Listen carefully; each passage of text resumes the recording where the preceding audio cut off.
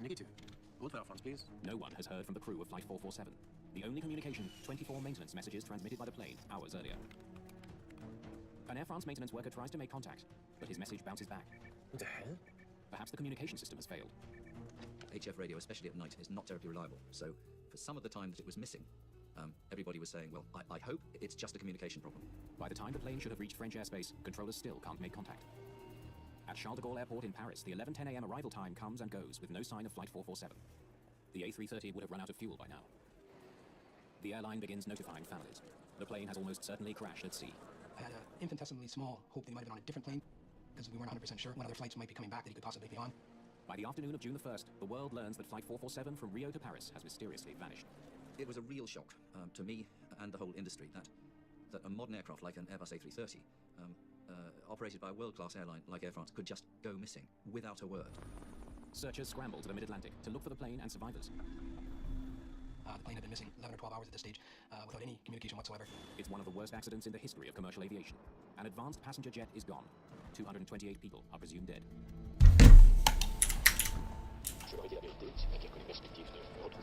French President Nicolas Sarkozy announces there's almost no chance anyone survived.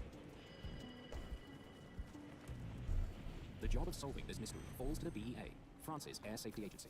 It's under enormous pressure to come up with answers. We absolutely understand why this accident happened, and with that plane and that airline. Alain Bouillard takes charge of the investigation. He's a pilot and aeronautical engineer with almost 20 years' experience as an air crash investigator. Ayant fait d'autres enquêtes importantes comme Concorde, j'ai fait... I had worked on other important investigations, like the Concord, so I was conscious of the fact that the investigation was difficult. But I was calm, and I surrendered myself with confidence. compétence dans ce domaine. French systems engineer Leopold Sartorius also joins the team on day one. S'attendait dès le début. From the beginning, we expected a long and complicated investigation. Okay, we need to contact Brazil and Senegal air traffic control right away. Their first goal, find what's left of Flight 447. It disappeared from radar without setting there was no trace on the surface of the ocean. This is the left-hand center position. Des messages de position envoyés par l'avion. Positional messages sent by the plane within 10 minutes allowed us to be sure enough of the zone. A large zone where the plane might be found. Zone esclave ou west de Sartorius doesn't know what direction the plane's flew on sending that line. He only knows how much goes on. I say we stop it. Thousands of square kilometers of machinery. Air and naval forces scan the ocean looking for any sign of Flight 447. Finally, after 5 days of searching, a Brazilian pilot spots a few scattered pieces of floating debris. Wreckage from an A330, but no survivors. The find erases any lingering doubt about the crash. Everyone aboard Flight 447 is dead. Their world collapses. It was absolutely horrible. He was in a prison out there close to him, and it's just the most horrible thing you could think of. The families of 227 others are in the exact same position. They all need answers. What brings an Airbus down from 35,000 feet? Nothing. La perte d'un avion en croisière est toujours... The loss of an airplane during cruise is always rare. Nous sommes plus habitués à traiter We're more used to events taking place during takeoff or landing. So this event raised a lot of questions. cet événement appelait beaucoup de questions. One of the most pressing and disturbing questions. Has the world just witnessed a deadly terrorist attack? I think a terrorism scenario was thoroughly plausible. Very simply because this is a very modern aircraft with a very good safety record. The easiest explanation is that a bomb blew it out of the sky. That would explain it. Atlantic currents have spread floating aircraft debris over 500 square kilometers of ocean. Every piece recovered is carefully catalogued, photographed, and sent ashore for analysis. The wreckage lost at the bottom of the sea, investigators used wreckage that includes the vital flight reports. Si nous ne retrouvons pas les If we didn't find the flight reporters, we would never understand what happened. ce qui s'est passé, The two flight recorders capture important details. So what the pilots say and do during the flight. The black boxes are so white, they're equipped with a locator beacon to help investigators find them, even underwater. But the clock is ticking. The beacon can only send a signal for 30 days. What's more, the mid-Atlantic Ocean is 4.5 kilometers deep in some places. Deeper than the remains of the Titanic. Technicians listen for the signal. While crisscrossing search area for 17,000 square kilometers. It was an immense area. Massive. nous avions engagé une véritable course contre la It was a real race against time. We only had 30 days. 30 jours. While the DEA scours the ocean floor for the flight recorders, other team members are scrutinizing the only hard evidence they have so far. I will pull up all these domestic systems. The 24 maintenance messages sent by Flight 447's Aircraft Communication Addressing and Reporting System, ACARS. This is the first serious accident to a modern airliner where we've had some ACARS data. ACARS messages are highly technical. They're not designed to reveal what the crew saw, said, or did during the flight. To have only the maintenance messages to work with is really unusual. We had parcels of information that gave us some factual information. But they do provide an intriguing lead. One of the main is laser coding on the device that uses testing. They've given us a first piece of the puzzle. We knew that there had been a clogging problem in the pitot tubes. Pitot tubes are small cylindrical sensors that sit outside the body of the plane. As air rushes through the tubes, they calculate airspeed. But sometimes pitot tubes temporarily fail. In an environment with very dense ice cream, all the ice cream will clog the tube and stop the air from entering. Air France and other airlines were in the process of replacing pitot tubes to prevent just this kind of problem. The tubes were freezing all the time. A frozen pitot tube is considered far catastrophic. If you lose a pitot tube, you don't fall out of the sky. The pilots knew about the issue and how to respond to it. La compagnie The company had notified its pilots with an OSB, an information bulletin that described the phenomenon and the appropriate measures to la take. conduite à tenir. Here, look at this. WeAR concludes that frozen pitot tubes alone cannot explain the crash. There is more to this story. We were certain of this right away. We would have to look elsewhere. Et ailleurs, While the frozen pitot tubes may not have been to blame, WeAR wonders if extreme weather may have played a role. de très fortes turbulences, Strong turbulence can damage a plane or even cause the loss of an aircraft by rupturing a wing or damaging the onboard systems. défaillance de système. Investigators consider the possibility that Flight 447 flew through violent weather strong enough to bring down the plane. La turbulence était un élément Turbulence might explain what caused the accident. d'accident. So, about 33,000 feet. Maximum thrust. Even at that altitude, it may have been impossible for the pilots to recover from a stall brought on by a violent storm. The forces could have torn the plane apart. On a plane, the main danger from turbulence is structural breakage, like losing a piece of the tail or losing a wing in an extreme case. And that would lead to the loss of the aircraft. I need more weather data. Pilot reports, satellite images, everything. Flight 447 disappeared in a volatile region where trade winds from the two hemispheres converge, creating violent storms. Il était dans la They were in the intertropical convergence zone, which often has very strong turbulence. forte turbulence. Other planes changed their route that night to avoid storms in the area. But what kind of weather did Flight 447 encounter? Quelle était la condition? What were the actual conditions? What was the actual violence? It was a real question. La bonne question. Beyond turbulence, thunderstorms pose other threats to aviation. Perhaps lightning was to blame for the crash. So, we're losing our instruments. Si toutefois il y avait un défaut d'isolation de l'avion, If there had been some deficiency in the insulation of the plane and the systems were damaged, we likely would have seen a lot of problems. le système, et ça n'était qu'un. Did lightning bring down Flight 447? So far, the only evidence WeAR has is floating data, including some unused life jackets, indicating that passengers... Yo, this is all bots. Jesus. Des gilets de sauvetage dans leur It's literally all bots. Packaging told us de façon très vite. the passengers weren't ready for the impact with the surface of the water. Impact avec la surface de l'eau. The unopened life vests hint at a sudden catastrophe. But other debris suggests just the opposite. La récupération The recovery of the tail was a very important element. est important. The pattern of fragmentation can reveal important clues about when the tail broke off. All the ruptures were static. No trace of the tail. This had to happen when it hit the water.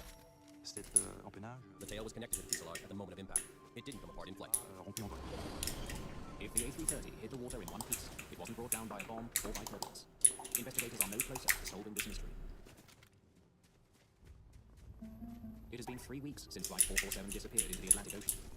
In just days, the recorder's battery-powered locator beacons will go dead. With only floating debris to study, specialists pore over a section of Flight 447's galley. Looks like the pressure was like this. They make a key discovery. The plane landed flat and at high speed. L'examen des galets Examining the galley confirmed that there was an enormous vertical acceleration the instant the plane hit the surface of the water. Everything inside the plane was flattened, like a car in a metal crash. They realized that the aircraft was not a nosedive. It was going to surf and how that would to a modern airline. Nobody could think of. dans ces conditions, Under these circumstances, it was essential to find the reporters to understand the accident and explain why it happened. cet accident était arrivé. The search at sea hits day 30, with no sign of the A330. The locator beacon is presumed dead. WeAR turns to high-tech sonar to continue the search. Dorénavant, nous ne pouvions plus From that moment on, sonar was the only way we could detect metal on the ocean floor and have some chance of finding the wreckage. localiser l'épave. But steep underwater mountains and valleys make the ocean floor difficult to scan. The search areas really hadn't been seen before. It was the side of Switzerland, and you were running up through the Alps, trying to find it. So that's what the terrain looked like, basically, in a general sense. Half a year. After months of searching, they've scanned more than 22,000 square kilometers of ocean bed and found absolutely nothing. L'absence d'enregistrement de vol était The absence of the flight recorders and wreckage felt very frustrating and like a failure. peu embêté. Well, it's inconceivable in 2009, 2010, we could lose a major airline, not to be able to find it, not to be able to understand even remotely what happened, how many people lost their lives. Investigators are determined to succeed.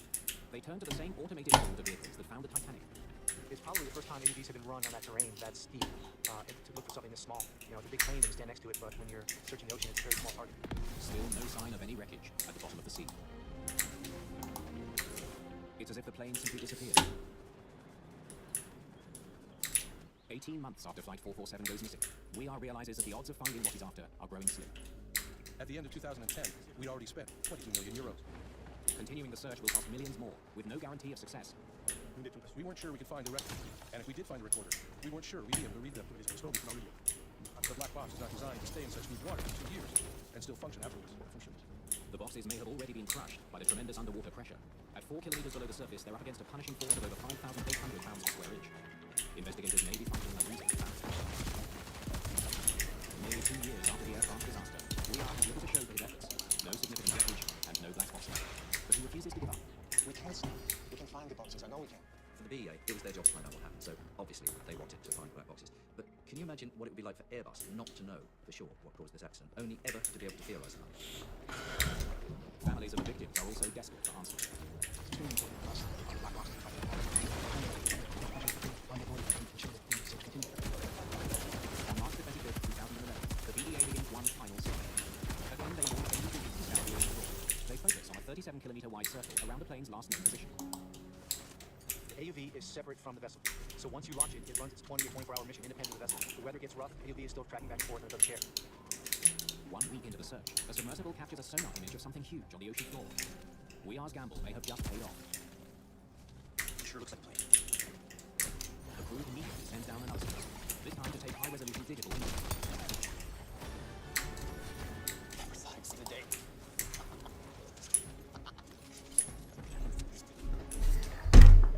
The crew sends the images straight to WeAre's office in Paris. 2 years of his life have been devoted to this moment. Thank God. Le moment de l'envoi photo, Receiving the photographs was a moment we had waited for 2 years. 2 ans, quelque chose qui It conjured up indescribable emotions, very strong. indescriptible, très fort. On April the 3rd, 2011, the wreckage of Air France Flight 447 has finally been found. It lies 12 kilometers northeast of the plane's last reported collision, the death of almost 4,000 people.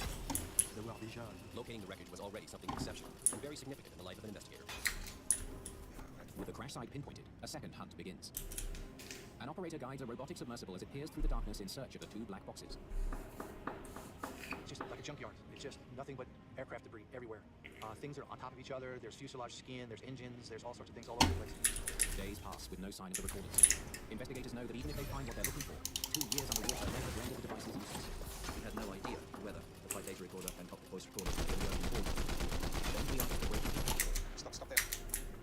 Zoom in on that. Absolutely incredible. Those are moments that are difficult to describe. Moments in your career that you can't forget. An unmanned sub first recovers the flight data recorder, then the cockpit voice recorder. Once it's on deck, gendarmerie take it and they put it in the box of security. Then everybody's like holding their breath. At that point, you know you have it. So it's really a tremendous feeling.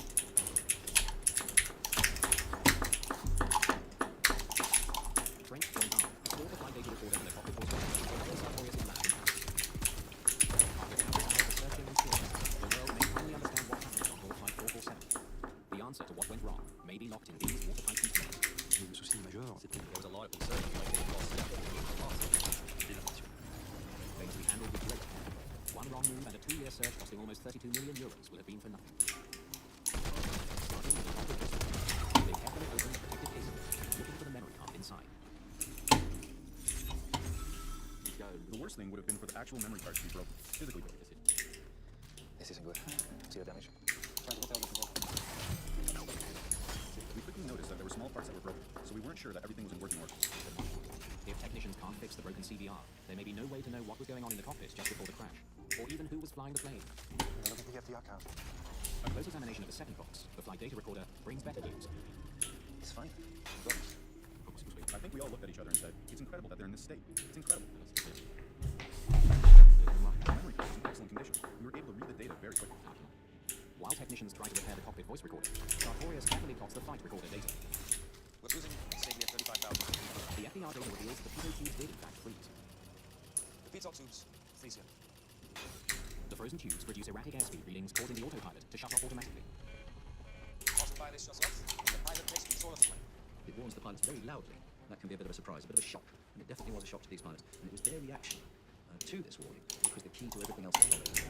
The crew has been taught that a frozen pitot tube should clear itself in less than a minute. Pitos on the aircraft. The one subject was talking for about 56 seconds. After that, the airspeed readings were back to normal again. The pilot only needs to hold the plane steady and the problem will disappear. The airplane doesn't know that you don't know the airspeed. All the airplane wants is power to keep it going forward, and the same attitude to keep it in level flight. But he does not hold steady. Whoever was flying the plane pulled back and pitched the nose up instead. Il est apparu à la déconnexion du pilote automatique. When the autopilot disconnected, the pilot in command changed the pitch of the plane. Le pilote fonctionne. Climbs more than 2,500 feet. If you pull the nose of an airplane up, it's going uphill, it's going to slow down. Here, their speed dropped more than 90 knots in less than minutes. This triggered a storm warning. Cette situation, Raising the nose of the plane at high altitude put the plane into a stall very quickly. dans une situation délicate, In an aerodynamic stall, the wings lose lift and the plane drops to the side. c'est l'irritation du pilote. It was the pilot's action that led to the stall. They fell at more than 12,000 feet from it. In its split, the pilot continued to pull back when he should have been pushing the plane's nose down to gain speed and lift. The more you raise the nose, the more the lift will be destroyed. Holy crap. We had a plane that was practically falling like a rock. Comme une pierre. Only the cockpit voice recorder can reveal why the pilots acted as they did. In our laboratory, there were a few hours of agony because we weren't sure we could read the data after all this effort, all this money spent. Investigators are up against the wall. They have just one hope remaining in their long quest to know what caused the worst disaster in Air France's history. Everything they've worked for now depends on repairs made to one small electronic device. The moment of truth. Air France 447, go ahead. Atlanta go, Atlanta go. 40 minutes before the accident, Captain Dubois is in his seat. Air France 447 position. Vous savez, The CDR allowed us to understand who was piloting the plane, who was monitoring the parameters. Okay, first officer Pierre Semiconductor is in contact.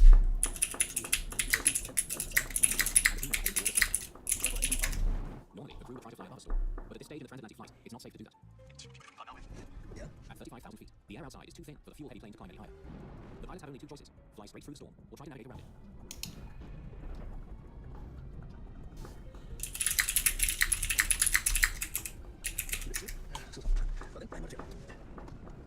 Captain Dubois takes his scheduled rest. First officer David Robert relieves more experienced captain. Robert has almost 4,000 hours more flying the A330 than the other first officer on flight deck. First officer Robert is in the left hand seat. First officer Romain is pilot flying the left hand seat. Investigators now know that minutes before the crash, the captain left the cockpit for his break. But it's unclear which of the two remaining pilots is in command.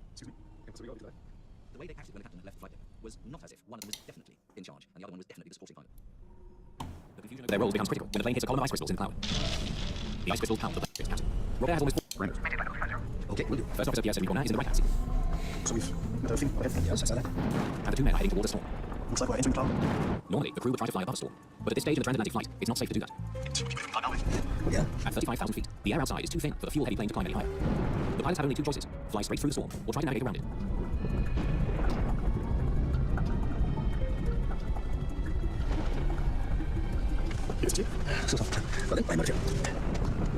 Captain Dubois takes his scheduled rest. First officer David Robert relieves the more experienced captain. Robert has almost 4,000 hours more flying the A330 than the other first officer on flight deck. First officer Robert is in the left hand seat. First officer Romain is the pilot flying in the right hand seat. Investigators now know that minutes before the crash, the captain left the cockpit for his break. But it's unclear which of the two remaining pilots is in command. The way they acted when the captain had left the flight deck was not as if one of them was definitely in charge and the other one was definitely the supporting pilot. The confusion over their roles becomes critical when the plane hits a column of ice crystals in the cloud. The ice crystals pound the plane. Ice envelops the pitot tubes. The ice crystals are filling the pitot tubes. The airspeed readings are no longer valid. Suddenly, the pilots can't be sure how fast they're flying. That is the autopilot disconnecting. I have a choice. Stall warnings begin to blare in the cockpit as one air lifts the nose. Finally, investigators know which pilot put the plane into a stall. First officer Romain is pulling back and stalling the plane. Incredibly, neither pilot can figure out why the warning is sounding. Officer Robert doesn't understand what's happening. He sees the airplane going up and he sees the airspeed dropping. And he says, hey, watch your wrist. The pilots need to push the plane's nose down to gain speed, but Bonner inexplicably is pulling back, lifting the nose. Okay. I'm going back down. The pilots struggle to regain control of their plane, but they seem completely paralyzed by their own confusion. You're doing everything wrong. It should be obvious what to do. Desperate to save his 216 passengers, first officer David Robert summons the captain. Bonner increases.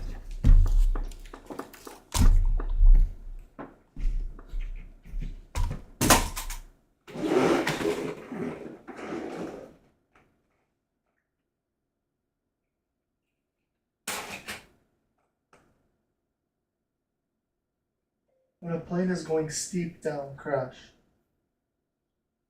and you can look out the window and see that you're about to hit the ground, what goes on in the human mind? Do they still think you can live?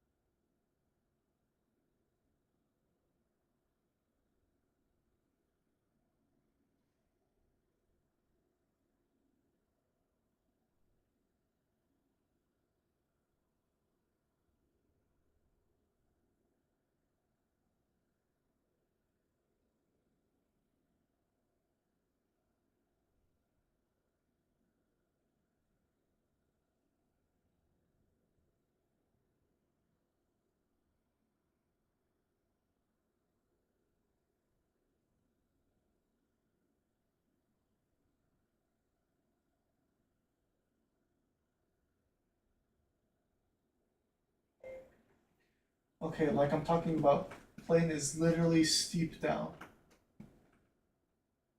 It's like flipped over and you're about to hit the ground.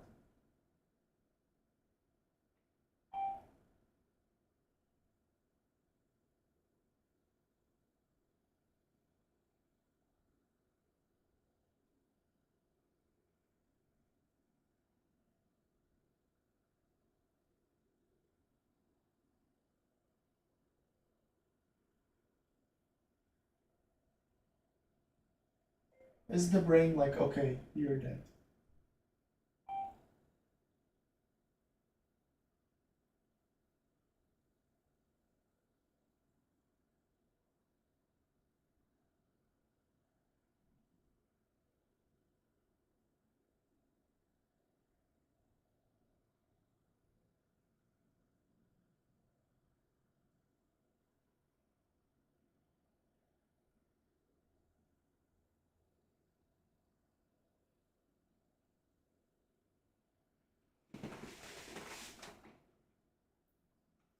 Okay, what about the pilot scenario in TWA flight, where the head literally got disattached?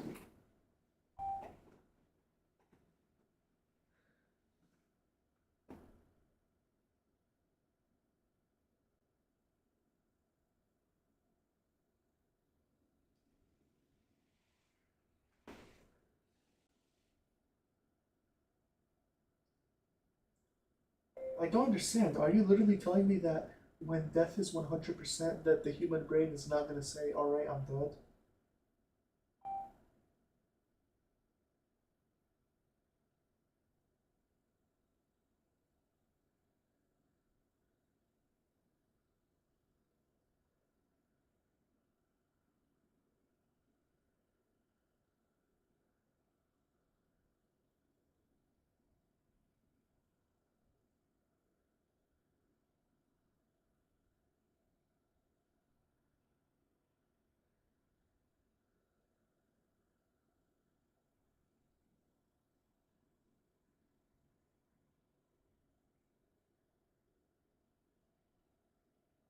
What about jumping off a building?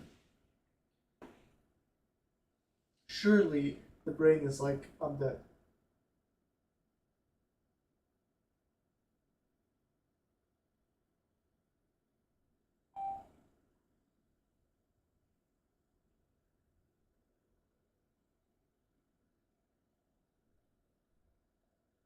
Can some people do it?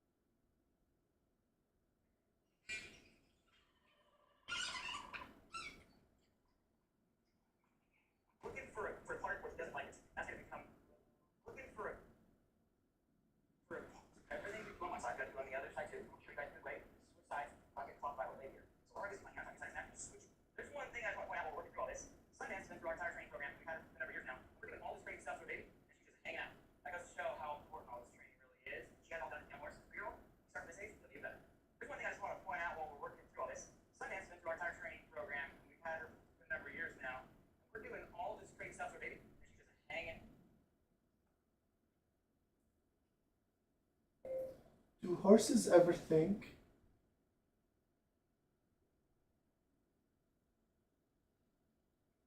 What goes on the brain during those final moments where the plane is about to crash?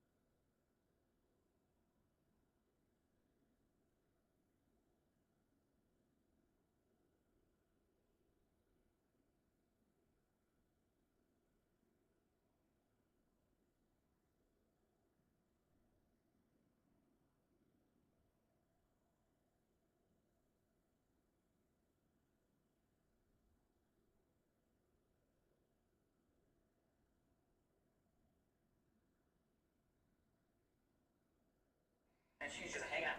That goes to show how straight it really is. She had all that young horse. 3-year-old. Do you instinctively brace as it's about to hit the steep ground?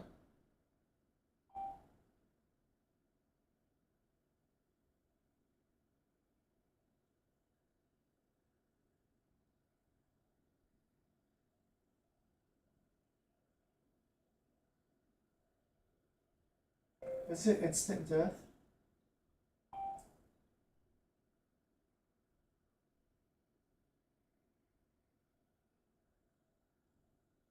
Had it all done as a young horse. 3-year-old. Start this age, it'll be better. There's one thing I just want. How many of your horses become a tree versus? So like a plane crash crashing steeply or crashing into a mountain. Is it literally just instant black? You don't even hear the noise.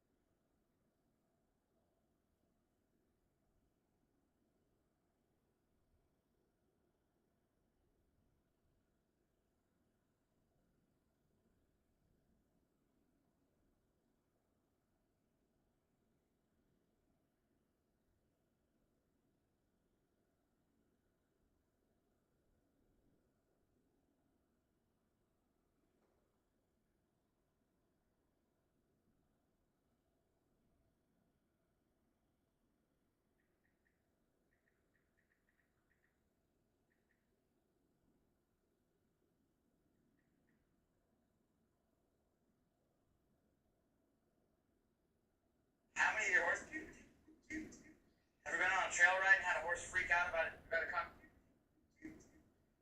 Stop. You better come front feet. That's a lot. So that's the hot ticket to get a baby. Not run away from you, mom. As well. One of the hardest things about having a little tiny foal like this is trying to catch them. So I come up, he'll go around and watch. He's gonna hide my mom. She'll block, and I'll come around this way, and she'll block me again. If I get through, he's gonna move out of the way. We've all been there. We have tricks to make it a little bit easier.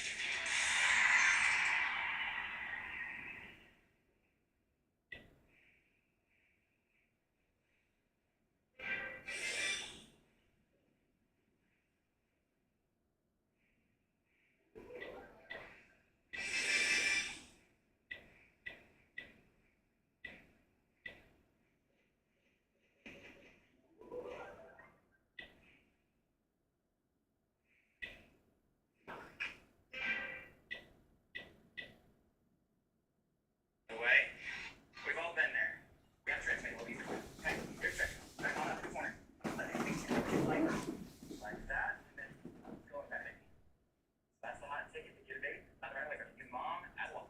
So that's the we won't have that problem forward. So some people are a little skeptical of some of the things we're showing in these videos. So I want to show the results of what we're doing. So you know how the big horses that throw their head on searching for for years. Let's see if it's been working. So I'm gonna come here and I'm gonna grab yours. Notice how he's hunting now. Just go here. He can throw his head trying to use his battery right now. Didn't let it. Look at how big his battery can touch. We won't have that problem forward. One of the following about great point, I think this is a good place to illustrate it. If you just these horse, you point goal. You want to make sure that you're very clear about what gets released, and that's only relaxing to it. Not only working 10 times on his back leg. Here, 3 tips not to get hurt by this cute little baby horse. Don't get bitten. See how he's rubbing his head on me? I'm gonna push his head away. Every time I'm supposed to push away, that'll let me get bitten. 2, this head can get battery man. He can fling it wherever he wants. So I recommend keep it out of this section right here so if it comes out, you don't get hit. 3, don't get around 9 horses until you know what you're doing with them. They can really hurt you and they don't mean to. They're just being cute. Here, if you can see on there for a minute, you'll see licks and chews with small releases and small understandings. If horse yawns, it's like a revelation this occurs. So you really, really want to pay attention when the big yawn happens. That means horse really started to understand it.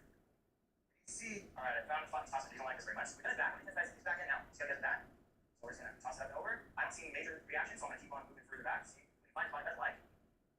All right, so far he's doing really well with this. Keep on moving. All right, I found a spot in toss it. You don't like this very much, so we found a spot that like. We're gonna keep on persisting with that spot until he calms down like that, and we're gonna stop. All right, I found a spot that he's top. If he moves away and you stop, you're gonna teach him. Let's teach about how to get speed barrier. Some point in his life, he's gonna get speed down for 6 to 8 weeks. So we're gonna start from there again. So we start off like going really, really nice, gentle down, fine point with the body block. Keep leading, we don't care. Move down to 4 inches. That's your big point. We can go down to the post. Wherever you do it, you sit right on back down. Let's teach about how to pick it. Here's a hot tip. Start with the little ones out back. Day 1. Treat both sides of the horse on either side that follow around. Great question. How do we get warning, young babies? It's not quite ready. We're going to start with it right away. Have water in the soup. Just get started with it. Before you open that cap, I'm going to start rubbing the soup on his mouth. And then I'm going to take it away. I'm going to rub on his mouth. So he stops shaking his head. Then take it away. Rub on his mouth. But he's carrying more. Then I'm going to pop my cap. I'm going to rub one more time. So it's like the same thing. And then it's going to go right into his mouth. And then squirt, no problem. So it's not so much about getting used to the water going in their mouth. It's getting them not knowing whether it's going to be nothing or it's going to have some more. Oh, that's a great question. How do we get warning young babies? It's not another video for pulling hair from big horse. When you full, you're also going to have to pull out some hair. So we're going to work on that here. It's not like very much, but I would have flat pliers and watch like this. Grab the hair about halfway. Don't try to do all 3 hairs at once. Go halfway up. And then press down towards your skin. And then pull directly up. That way it's a shock when it pulls. And so it's kind of like pulling band out. That's how you pull hair from baby without getting too painful. And then make sure you get lots of love afterwards so that he knows that's when the regular thing can happen. So we've done enough. Whenever you go to register your horse, even the young. So we've done another video before pulling hair. Whenever you go to register your horse, even a young foal, you need to send DNA to check. So best way to DNA, that means invasive to pull out hair from either tail with me. So that we're gonna pull hair with me.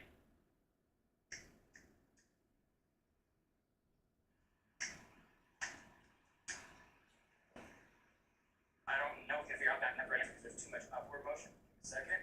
Asking for a back up again. Release. So you'll notice that getting him to go left wasn't that hard. Getting him to go right wasn't that hard. Getting him to go forward wasn't that hard. But backing up. That was great. Quite challenging. That was excellent. I'm going to get him a really good release here. See, they went really quickly. If you approach it in a very consistent, calm way. I don't know if he's going to figure out backing up right answer because there's too much upward motion. Second, I can back again. Release. So you'll notice that getting him to go left wasn't that hard. Getting him to go right wasn't that hard. Getting him to go forward wasn't that hard. Backing up. That was great. Quite the challenge. That was excellent. I'm going to get him a really good release here. See, they look. It's like, no problem. I'll talk about safety for a second. So you're desensitized to the tumor.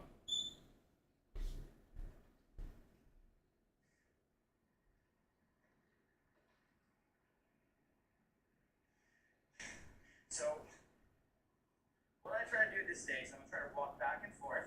Anything he does is fine by me, as long as I do not release all the way until he comes forward.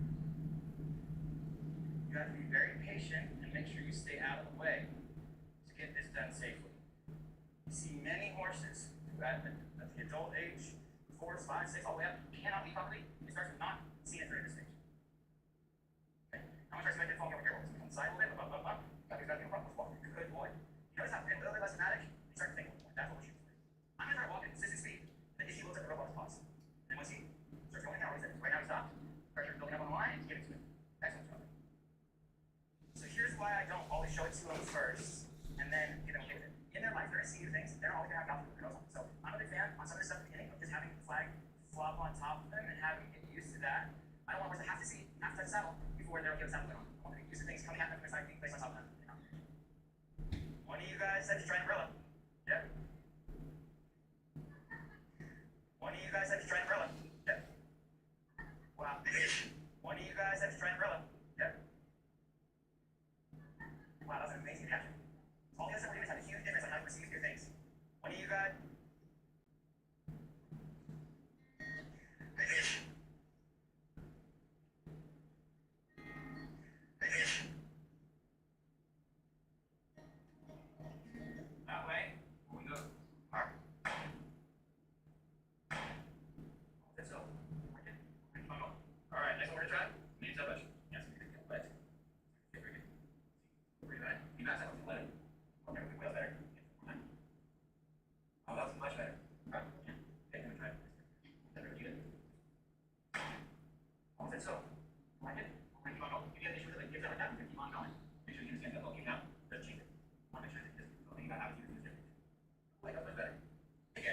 lazy. Yeah. Guys, we're gonna keep on at that time. Next thing we're gonna try is spread. Condition spread or fly spread. We're gonna try this on CDD is. That's pretty darn good. Did you know horses can actually develop? Hey guys. So once we get all done, we start off by trying to do we can talk. Sure, there we go. Hold on, everybody gets it. Hold on. Go back. Wait. Then you get it, Lisa. What we're teaching him is. Flying dollars. Hey guys, Chris here, lazy. I'm not here. $1 more so late. $1 is almost 2 years old. He's gonna be starting here pretty soon. And he's the future home for us. You're taking a lot of calls away. Company's selling for us as well. His name's fundraising, and his dad is raising the cash.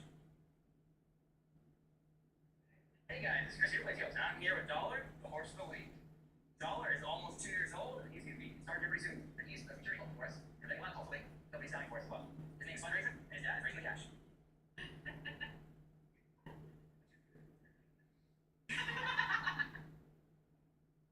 Hey guys, I got a great side for you, Ray. You have a horse with this. It doesn't want to stay still. It just wants to bug you around.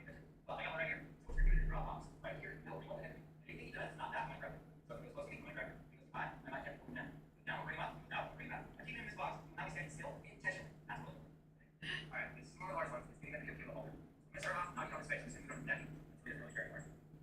We're going to keep, like he says, that all that we make him. Next one, do. Brush. We don't think about a brush. We need to feel like they never brush. So you know, like the first time you brush. Brushing. Alright guys, we're gonna keep on working until that goes copy here. That way he's never scared about any weird stuff. So I have his packing here, which is kind of like a bag. And I'm gonna rub it all over. And if I make it feel good, you're never gonna worry about that. Don't worry, keep going. Because that means keep on down. Rub. Hey guys, one of the things we like to do is sometimes the very beginning. A lot of trouble that we get this over. Right, since I drive it. First thing I'm trying to do, we're gonna put. Alright guys, so really trying to be